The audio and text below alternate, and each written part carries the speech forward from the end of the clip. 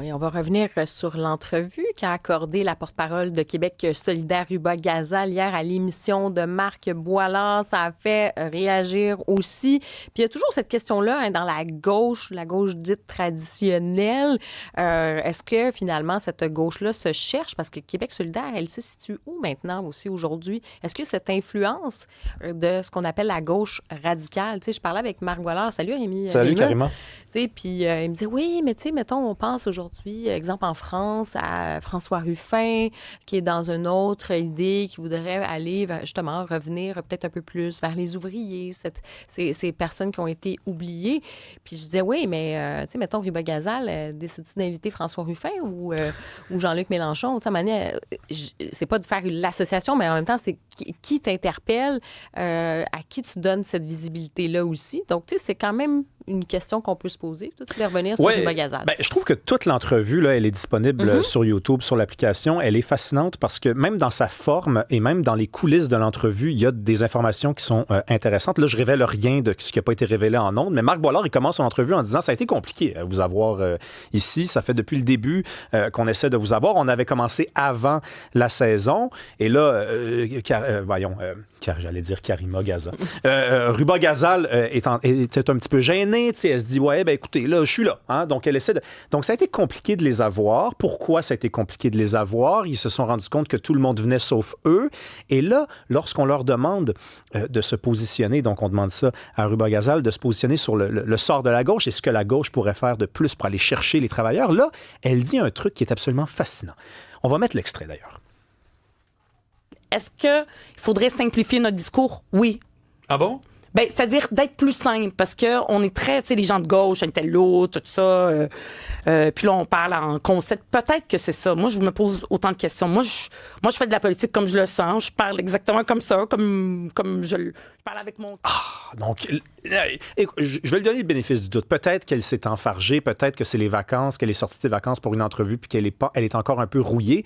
Mais des fois, on dirait que dans le naturel se révèle justement le naturel, l'instinctif, le réflexe et le fond de la pensée de quelqu'un. Elle nous dit quoi au juste? Elle nous dit, écoutez, nous autres, on est des intellos, on se comprend entre nous autres, fait que peut-être qu'effectivement, il va falloir baisser un petit peu le niveau pour se faire comprendre. Puis là, tu te dis, ben c'est peut-être pour ça que c'est compliqué de vous avoir en entrevue, parce que finalement, vous êtes tellement intello, vous êtes tellement au-dessus de nous que, en fait, de descendre parmi nous, c'est une bassesse que vous vous empêchez de faire au quotidien.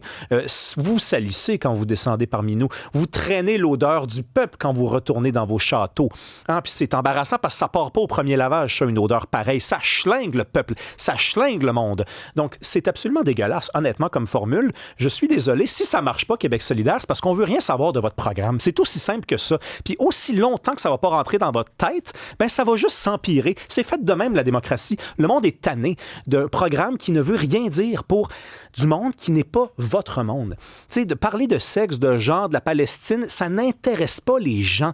Les gens, ils ont de la misère à arriver. C'est de ça qu'ils veulent parler et c'est des solutions à ces problèmes-là précis qu'ils attendent de vous. Oui, je te sens remonter, là. Ben, c'est parce que c'est un peu tannant, honnêtement, tu sais, de dire, par exemple, ça aurait été tellement plus simple, hein, puisque c'est ça l'important, la simplicité, de dire, écoutez, on comprend ce qui se passe. On l'observe en France, on l'observe aux États-Unis, on a fait des erreurs, on s'est trompé, on n'est pas plus intelligent que tout le monde, on va juste falloir retourner à la planche à dessin. D'ailleurs, on a eu 4 ans pour le faire, parce que l'élection de 2022, c'était quand même le signal qu'on nous avait envoyé. Ça arrive vite 2026, mais c'est pas ça qu'ils disent. Et l'humilité, c'est une qualité, j'en ai souvent parlé à ton micro, Karima, qu'on aime chez les politiciens. On aime ça quand ils se trompent et qu'ils disent « on s'est trompé », comme n'importe qui se trompe. La seule différence entre nous et vous, c'est que nous, on le dit qu'on s'est trompé. Mais ils n'ont pas cette humilité-là. Ils préfèrent une hauteur d'esprit. Ils préfèrent nous dire qu'on comprend pas c'est quoi la vérité puis le gros bon sens, puis ils vont choisir un autre vocabulaire. Ils vont nous faire ça. Ils vont nous faire ça, ils vont se piler un petit peu sa conscience, puis ils vont baisser leur niveau de langage pour se faire comprendre. Ça ne marchera pas, les amis. Je vous le dis, c'est un scoop. Oui, c'est ça l'affaire, c'est ça. Puis peut-être que, regarde, dans l'entrevue, puis j'en parlais avec Marc Boilard aussi, lui, il disait, regarde, il y a aussi le parallèle peut-être qu'elle pouvait faire, mettons, avec Trump puis les discours. Puis des fois, on va dire, des fois, du côté de cette mouvance-là, mettons, MAGA ou de droite populiste, le message est simple, on parle au monde. Est-ce que c'était plus un parallèle qu'elle voulait faire en disant, peut-être que nous aussi, il faut qu'on ait une espèce de message qui pogne, là, qui est plus simple, puis que les gens se connectent à nous autres, tu sais? Peux-tu le voir comme ça? Peut-être aussi. Puis c'est pour ça que j'ai commencé en disant je leur donne le bénéfice du doute. Mais en même temps, c'est la chef du parti. Excusez-moi, c'est la porte-parole du parti. Non, puis en même temps, regarde, Mané, il faut assumer ce qu'on dit aussi. T'es chef de parti c'est une politique. Communicatrice. Tu dis que là, c'est intello, puis on est ceci, on dit cela. Regarde, à un moment donné, il faut aussi assumer. On ne peut pas toujours oui, revenir en arrière. Dire, non, mais c'est pas... J'ai dit ça, mais c'est en fait, je dis ça, je veux dire ça aussi. Oui, je suis peut-être exagérément indulgent en disant, bon, il voulait peut-être pas dire ça. Elle a dit ça. On analysera ce qu'elle a dit. Puis rappelle-toi, là, juste quand elle a fait son discours, justement, puis il y avait en lien avec M. Mélenchon, puis ça, c'est comme, ça pouvait-tu être plus caricatural? Tu veux aller élargir, puis tu vas chercher le parti de gauche radicale, là, une personne qui est hyper polarisante en France, qui ne représente pas justement, je pense, la majorité des gens qui sont, mettons, de gauche, qui se disent « Ah, OK, il y a ça ». Mais c'est vrai quand même qu'aujourd'hui, cette gauche radicale, c'est peut-être pas, comme je dis, dominant. Il y a des gens, des orphelins politiques à gauche qui ne se retrouvent pas, mais c'est assez dominant dans le discours et c'est eux qui ont une influence sur la gauche d'aujourd'hui. Fait que c'est aussi de nier cette affaire-là, peut-être aussi de dire qu'ils assument aussi leur positionnement. Vous vous dites « Non, c'est peut-être pas ça, on veut reconnecter avec les classes ouvrières ». Qu'est-ce que vous attendez? Ben oui. Si vous attendez, je veux dire, nous, on écoute vos propositions. Arrêtez de dire vous allez faire ceci, vous faire cela, puis finalement, vous faites tout l'inverse. Puis, tu sais, ce qui est agaçant avec le programme de Québec solidaire ou avec Québec solidaire, c'est qu'il ne cesse de dire, écoutez, je sais qu'on est reconnu pour être les porte-paroles sur ces enjeux-là, mais allez lire notre programme. Oui, on est encore derrière la classe des travailleurs. Oui. Écoutez, Marc Boilard a donné la chance. C'est ça qu'il fait avec tous les élus qui reçoit des partis, de venir présenter. Non, mais c'est qu'il leur donne la possibilité de choisir leur sujet. Et le sujet qu'a proposé Ruba Gazal, c'était la contraception gratuite. Oui. Écoutez, là, le Québec est l'une des sociétés où il y a le moins d'enfants au monde. OK? Donc, de dire que l'accès à la contraception, c'est encore un défi et c'est une priorité au Québec, je veux dire, de quoi vous nous parlez exactement? Là? À la place, elle aurait juste dû dire, « Hey, les gars, je m'adresse à vous, regarde la caméra, payez la contraception de vos blondes, OK? Un retour de la galanterie, d'accord? Puis on n'en parle plus. Je veux dire, c'est quoi cette affaire-là? Personne ne parle de ça, jamais. Faites le tour des tavernes, des bars, parlez en famille. Personne ne parle de ça. Puis c'est un petit peu important de parler de ce dont les gens parlent. Mm-hmm.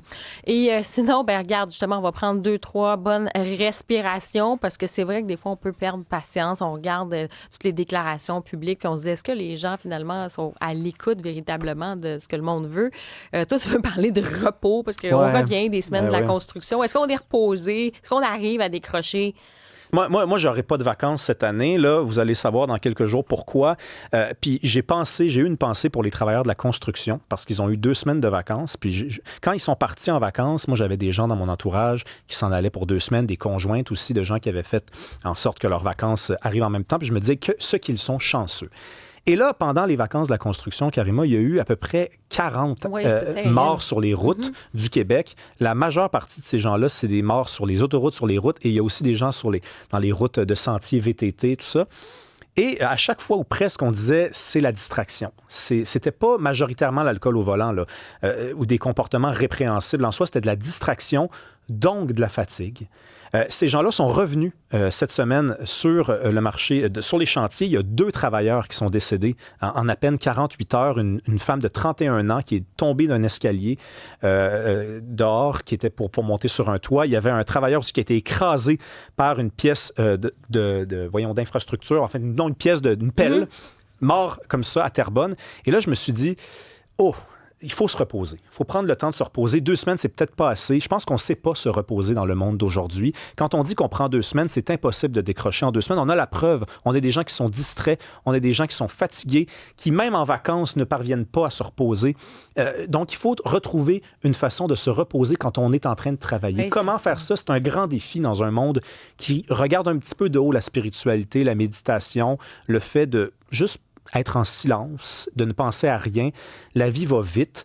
Donc, j'espère vraiment qu'on va prendre le temps de faire ça. Parce que je prends des exemples un petit peu fatals avec des accidents de la route et des accidents de travail, mais il y a ça derrière ça. Derrière ces drames-là, c'est le fait qu'on n'est pas vraiment reposé. Donc, à tous ceux qui tombent en vacances, là, trouvez-vous un refuge, trouvez-vous un sanctuaire, trouvez-vous un endroit où vous allez pouvoir écouter de la musique. Un sanctuaire, ça peut vouloir dire dans la chambre, fermer la porte et dire « je prends une journée pour moi ». C'est important de se reposer. très important, effectivement. Ça me fait penser aux Français qui tiennent à leur 5 semaines de vacances. Bon, c'est pas tout le monde, c'est pas tout le monde, c'est pas tout le monde, là, évidemment. Là, ça dépend de votre profession, ce que vous faites, blablabla. On peut imaginer. Mais il y a quand même cette idée des 5 semaines de vacances, puis le mois d'août, il se passe rien. Pour beaucoup de Français, t'imagines, on est loin de ça. Mais déjà, une bonne inspiration, une petite tisane. Aller s'installer dans sa chambre, les détails, relaxer un peu, il y a aller quelque au chose, parc, oui, absolument. relaxer, regarder les lucioles. Merci Rémi. Merci.